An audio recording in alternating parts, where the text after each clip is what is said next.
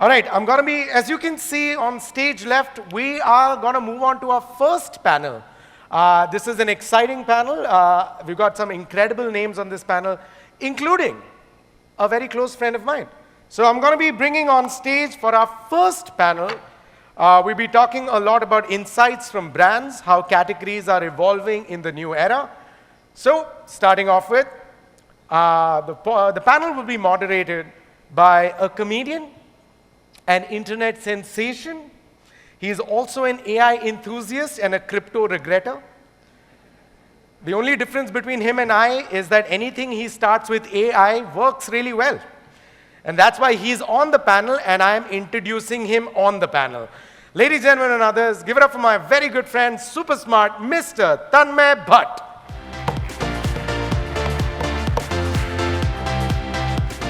All right. I had to do the crypto joke, sorry, buddy. That's the only thing you lost at, which I won by investing zero. I am now going to introduce our rest of the panel. Please, you can start applauding at level 3, keep it going, rising up. So, with us, we've got somebody with 21 years of experience in critical role in propelling Noise to the forefront of smart wearable industry, Chief Marketing Officer of Noise. Make some noise for Gaurav Gupta. Leveraging a stellar 21 years of career with industry giants such as Unilever, L'Oreal, showcasing in expertise developing category growth platforms, spearheading innovative marketing campaigns, the CEO of the Good Glam Group, Sucleen Aneja. Bringing over 15 plus years of expertise and entrepreneurial acumen to drive innovation in the eyewear industry, co-founder and head of product and technology at Lenskart, Ramni Khurana. Hey! And finally, a seasoned marketing professional with 15 plus years of experience across all industries like banking, travel, real estate, education, and technology. India PC marketing head at HP, Shivani Chopra. Sorry, I wasn't able to say hi to all of you. I hope you guys are very comfortable. Tanmay, I leave them in your wonderful hands. Everybody, please give it up for Tanmay Bhatt. All yours.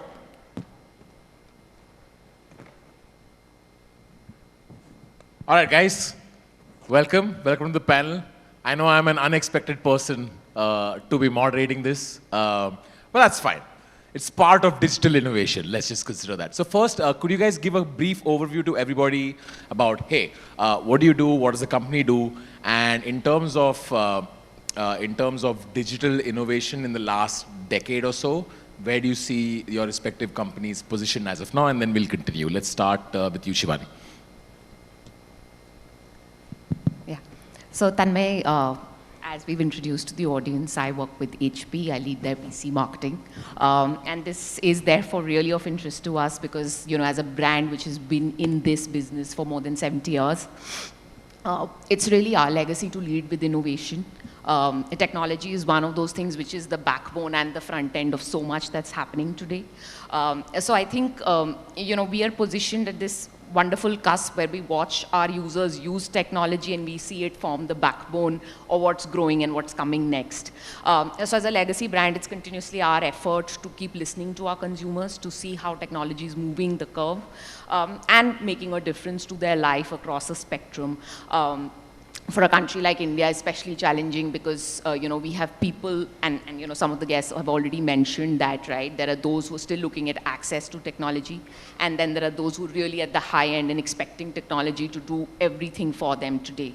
So, you know, in a country like that, of course, really you know, taking up that challenge. Yeah, and the category you're in, you're one of the few products or brands that's probably looking forward to another pandemic. Is that fair to say? No, you cannot leave a comment, that's fine. You can choose to ignore it. No, I think with the sort of empathetic brand that we are, I think, yes, while from a business standpoint it may have been great, but we regret the impact on humanity. So fair enough, fair enough. Comment well taken. My apologies. It's been 30 seconds and I've started. My apologies. My apologies. Ramnik? The audience would have missed it if you hadn't. Ramnik? Give us an update on what's happening at Lenskart. Yeah, so my name is Ramnik. I'm part of the Lenskart team. We sell eyewear online. As far as digital innovation is concerned, I think the scale of problem that we are looking at, where 50% of Indians require vision correction and less than 1/4 have the access to it, we didn't had a way to approach it other than to look at technological solution which can solve it at scale. Just to give you as an example, from where we are sitting at 90 minutes from here in Bhiwadi plant that we have a good mixture of hardware and software solution which allows us to dispatch more than hundreds and thousands of glasses on a daily basis, which we couldn't have done in any other way but to go with technology innovations to solve this problem. By the way, I'm a big fan of some of the innovations that Lenskart has personally done. Like, one of my favorite innovations was putting a co-founder on Shark Tank. Yeah, that too. Sukleen, please introduce us to the Good Glam Group and tell us what's up. So currently in the Good Glam Group, I've spent over 2 years here with the group, and we are today leading 5 brands which are predominantly direct-to-commerce brands.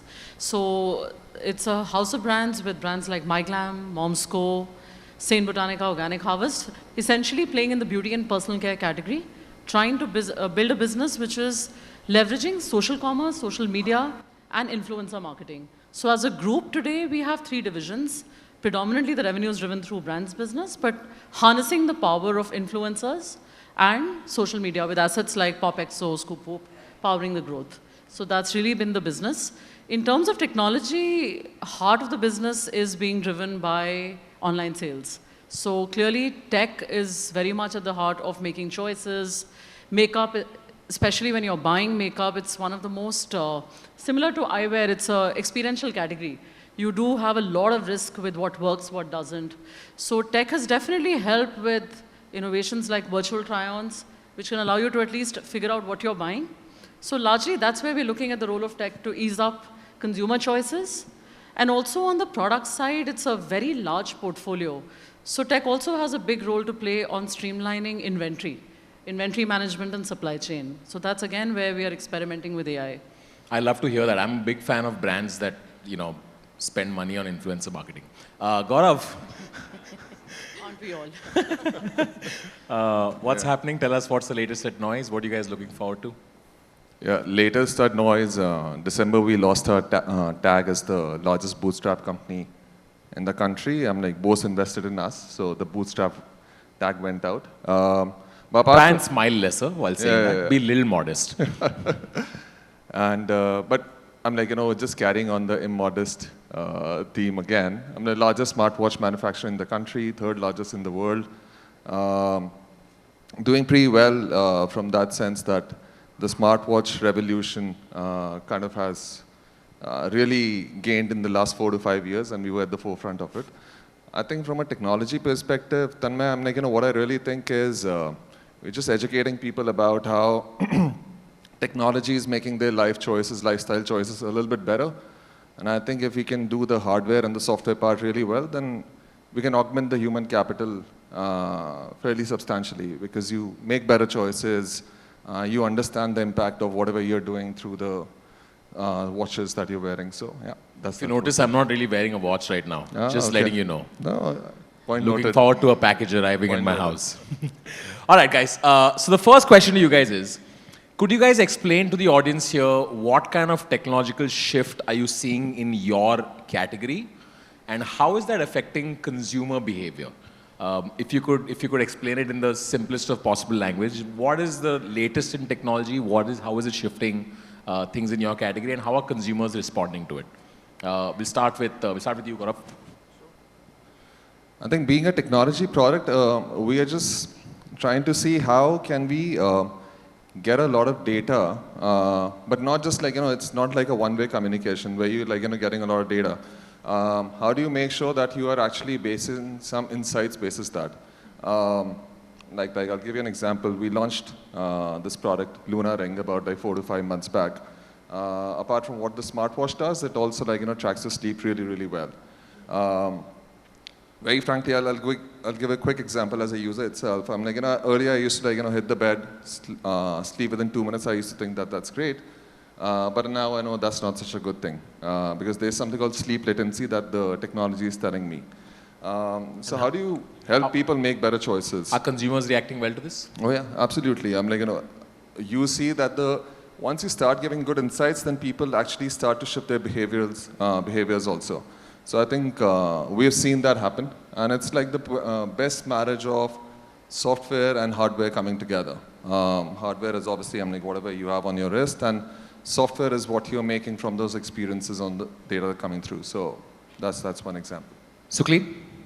So beauty is one category where you had a much longer gestation period when you were trying to do trend spotting and launching new products. I think fundamentally in the kind of products that are getting launched, we're inciting a lot with consumers online, not just looking at their search behavior, but also getting insights from them on what new products to co-create. And that definitely helps you in reducing your product development cycle. So that's one area where I definitely see a seismic shift in terms of new product development, which I think is one thing where most insurgent brands today are taking on traditional companies because they've really dramatically been able to reduce the pace and address niches which were underserved for masses, especially which would never be attractive enough for a large organization. But I think tech has allowed you to create products for niches, and that's really a big shift that I've seen. Ramnik? Yeah, I think primarily on three fronts. One, technologies like augmented reality, like the virtual try-on you mentioned, that is gaining a lot of traction. People are getting very used to opening up their app, giving access to their camera and trying out glasses online.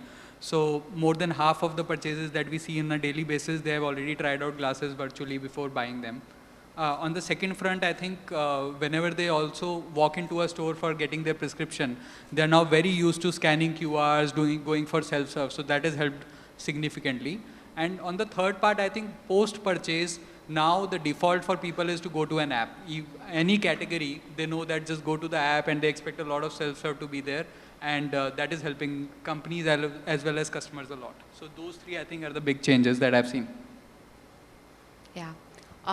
Then a couple of trends which are really impacting us. Like I was mentioning, see, the first is we did a research and we asked our consumers, what is your expectation from technology today?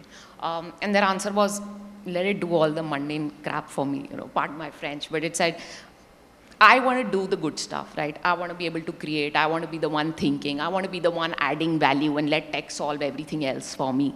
I think one of the big trends that it's leading to is AI laptops, right?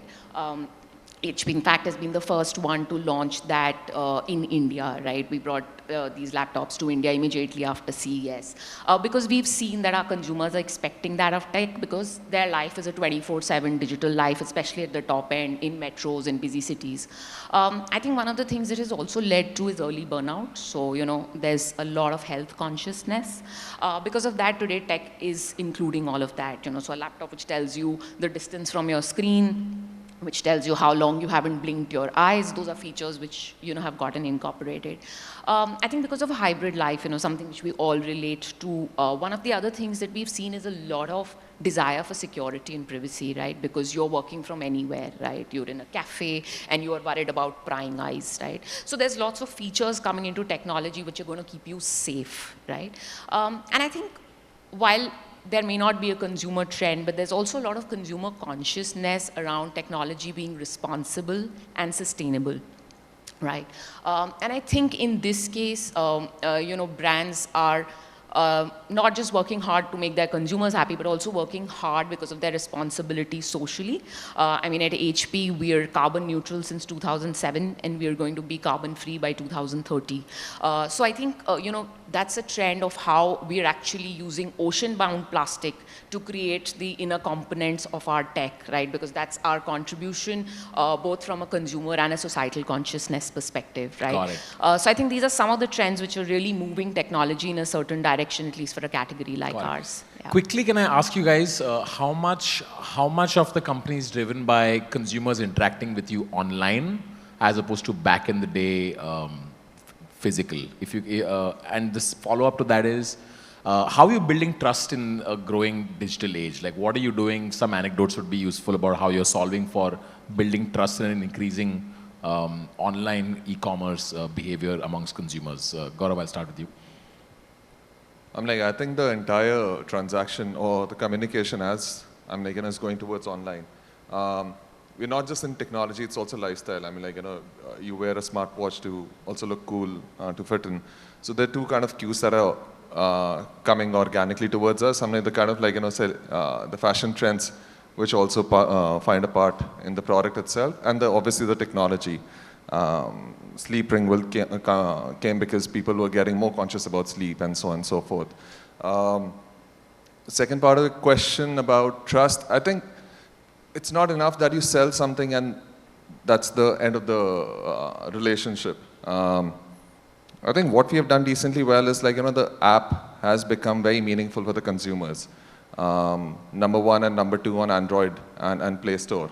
Why it has become? Because it becomes a place where your like-minded communities can also converge. I'm like, I'm into jogging, I'll make my community on the app and then converse with people. So there's a lot of social markers also that help you gain trust. So I think those are some examples that I can quickly share. Ramnik, how are you solving for consumer trust in a digital age? I think if done properly, consumer trust is much easier to gain online, I feel, because there's a lot of opportunity to have a lot of user-generated content. So when a particular pair of eyeglasses is being sold, while you can put a generic product description, but for a person it is important to see that how is another gymnast using those glasses? Are they coming off from my face when I'm doing flips? So those things, when done in scale, I actually feel the trust is much easier earned online than offline. In fact, we are doing the opposite. In our stores, if you go there, we actively encourage you to engage with the iPads and the phone so that you can see what other people are talking about the product that you're checking out. Shivani? I think that my digital trust comes from a couple of things, right? Because you're actually asking people to transact with you digitally, while of course search today means almost every consumer is at least digitally looking at us. I think pushing digital trust first is about accessibility, right? So a brand, because people worry, right? If something goes wrong, who am I going to go to, right? So obviously a legacy brand like ours who has a very large network finds that less of a challenge. And that's how we build that, because you can access us through a 24/7 customer service, through existing social media, people whom you can contact, right? I think the second thing people worry about is who's going to take away my data, because everyone's very concerned about the fact that it's going to get misused. I'm going to get 1,000 calls from anyone and everyone trying to make a sale, right? I think one way we build digital trust is really informing our consumers, asking them media by media. I know it's very annoying when you actually see someone asking you, are you okay with WhatsApp? Are you okay with an email? Are you okay? But as a brand, we're out there upfront saying, if you're not okay, you're not going to get harassed by us. So, you build trust by that.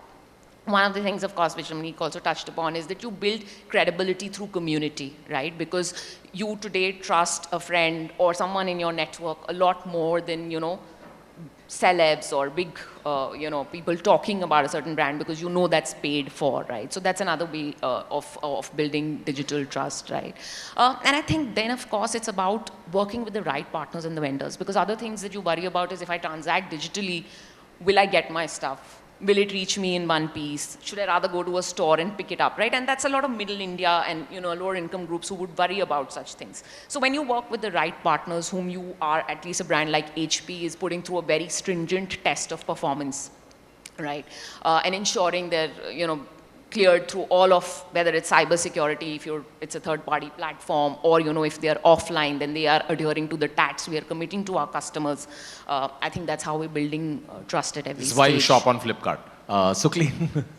I think pre-purchase, most of us have touched upon using review ratings and ensuring that you can do very authentic videos where people can actually, either through social media or through influencers as well, generate word of mouth which is authentic.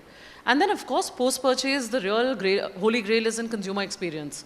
If there is any point of time where you feel the journey gets broken, which can be for any reasons, I think being responsive to consumers through your CRM journeys and ensuring that you are giving consumers what you've promised to deliver consistently. I think as far as one is able to do that in online companies, the fact that you're able to harness technology to communicate with consumers just definitely makes it easier. Got it. Guys, in the interest of time, I'm going to lobby one final question to you guys. Can you guys tell us anecdotally a consumer trend that you spotted and how your respective brands adapted to it? Anyone wants to go first, feel free. A trend that got up that you spotted that came from the consumer, and how did you adapt to it? I mean, like sleep. Yeah, you saw people sleeping. Yeah, sure. That's what you're doing. But I'm like, sleep became like a. I'm like, sleep as a part of the health on an overall basis started becoming bigger, which is where we started almost 1.5 years prior, in terms of developing this. That might be one thing. Younger consumers started adopting filters, especially on Snapchat. And I think a lot of makeup and fashion companies looked at try-ons, borrowing from a lot of what filters were doing to allow people to try. I think, and this is something that Google also publishes on regular basis, the people's expectation from search is going up dramatically. So a new movie releases or something comes out, the search terms are getting very, very specific. In this particular serial, this particular shot, what is the glasses that the person is wearing? So I think that is a trend that we spotted early on. We have implemented it via verbiage and via image search and all, but I think that is something that will continue. And particularly after Gen AI introduction, now the expectation is much higher. Yeah. I think Tanmay, I'm going to refer to like an age, I mean, now it should sound like an age-old trend, but we realize that in tech, people just search for 4 to 6 weeks. That's the time before you make a decision. And we were like, why does the guy search so much? He actually goes to retail and he says, I want to see a demo for a fairly standard product, right? You don't ask for demos on mobile phones the way they sell on e-commerce, right? But you want to do that to a laptop. Correct. And you wonder what is it, because we've convoluted and made it so complicated with our overbearing specs that people find it so difficult to understand that, right? So today we've introduced journeys which are led by AI, right? Whether these are nurture journeys, they're assisted buying journeys, where you actually come onto our platform and in a natural language, you can ask us, if I have a use case like this, what do you recommend? Or what do I need? Or if I have a budget like this, what can I pick up which will give me really value for money? So I think that's one of the trends that we're trying to solve with technology, because it's an age-old problem as well, and we see it becoming more and more complex with people spending that kind of time. But that's what we're trying to solve with AI, and of course being adapted to different languages because India is so vast. But that's something we'd be able to take to our consumers because we want them to make their choices simply and feeling confident that it serves their use cases. Sounds good, ladies and gentlemen. Thank you for giving us your time. Please give a big round of applause for all our panelists. Abhish, if you could get back on stage. And have a good Flipkart Connect, you guys.